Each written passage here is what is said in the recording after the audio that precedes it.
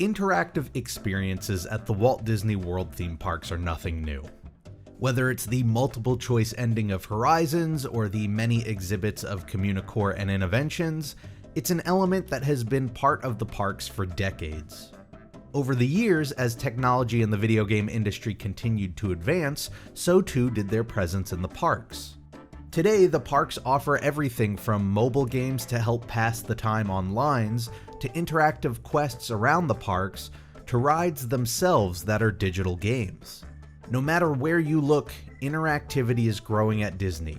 You can't lose. Literally though, you cannot lose. And maybe that should change. Now, I don't intend to argue that the interactive or game elements at the parks should go anywhere. I actually think they're really great. Since the first days of Disneyland in 1955, the purpose of these parks has been to immerse guests in other worlds and stories. And if the explosion of the video game industry over these last few decades has taught us anything, it's that having an active and impactful role in the narrative you're experiencing makes it so much more immersive and visceral. However, if there was a word I would use to describe Disney's approach to that interactivity, it would be timid. Because you see, what most of these experiences are missing, which is still very common in the world of video games, is a fail state, a way to lose, a set of conditions that draws the line between success and failure. While not every experience calls for a fail state, the lack of one can mean the difference between a narrative carrying a sense of weight or feeling like a shallow distraction. Take Mission Space, for example. The attraction puts you in the role as one of 4 astronaut trainees who are about to attempt a simulated space mission. Each rider is seated in front of 2 key buttons that are meant to trigger specific ship actions during the mission. If the rider matches their cues and hits the button, that action is triggered and the mission continues. If the rider misses the cue and doesn't hit the button, however, well, the computer takes over and triggers it for you, continuing the mission in the exact same way it otherwise would have if they did hit the button. The interactivity in this ride is entirely superficial. It carries zero weight in the outcome of the mission. Now, in defense of Mission Space, it's over 15 years old, and the technology likely wasn't polished enough to allow for the kind of branching narrative that would have added depth to the ride.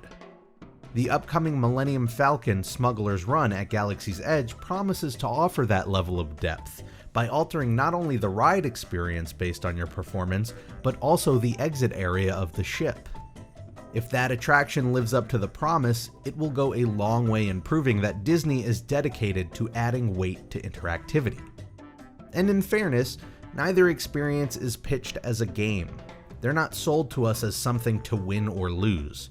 They're more similar to a Telltale game or a Quantic Dream game, where the narrative experience is the most important and the idea of winning and losing are set aside.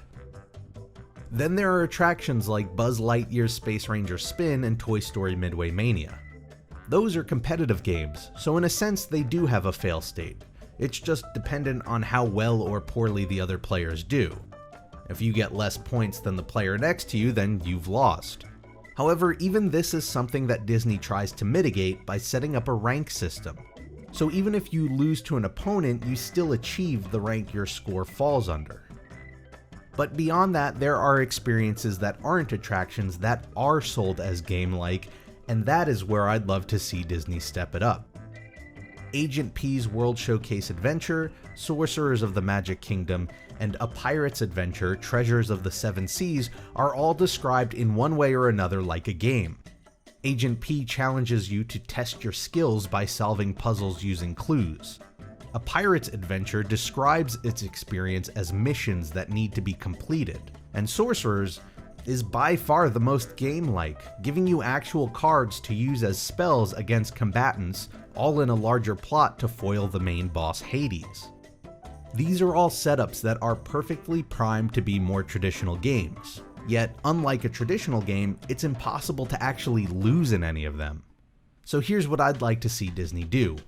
I would love for them to expand on these 3 specific experiences in order to introduce the idea of losing, even if that loss is represented by a dead end.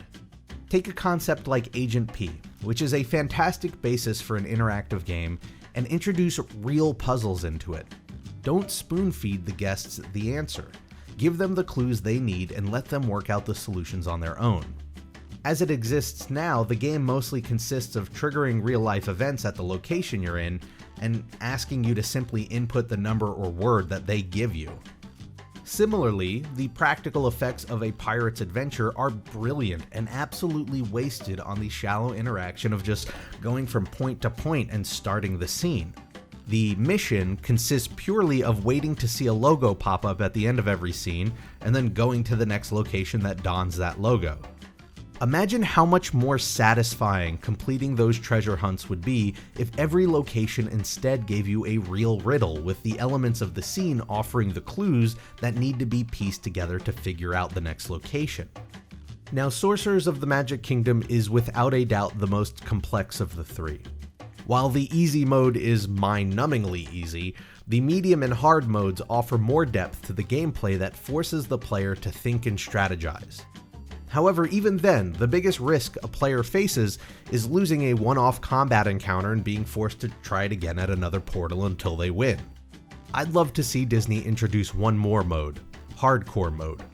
A mode in which losing a set number of combat encounters would trigger a loss that either forces you to start that particular villain's quest over, or maybe even the entire game. Imagine how much more intense a battle would become with that loss looming over you. More importantly, imagine how much more satisfying the win would become when you beat it. And really, that's the crux of why I want to see these changes. It's not to simply make life harder for guests, it's because greater challenges offer greater satisfaction when they're overcome. It's why people play really difficult video games. It's why people sign up for races or get into sports. We feel good when we overcome a challenge, but to do that, we need an actual challenge. Now, there's an argument I suspect might come up when it comes to these proposed changes, and it's that they're unrealistic when you consider that so many guests at the Disney parks are children. Would such challenges and risk of losing be fair when the experiences are geared towards kids? Well, yeah, it would. Video games are more ubiquitous today than they've ever been before, and that includes the entire generations of children who partake in them. Those kids are no stranger to the idea of games and the idea of losing in games. Kids are smart, and they often jump right into games because they are more than capable of overcoming the challenges they present. And personally, I think it's just as important to have those experiences growing up of being challenged and potentially losing at a goal, just as much as it is to experience overcoming that challenge and winning. Walt Disney once said that he didn't believe in playing down to children, and that they should have to reach to learn about and understand things just as adults do. And while that quote comes from a time that predates video games and the era of interactivity in his parks, I believe it's just as relevant today.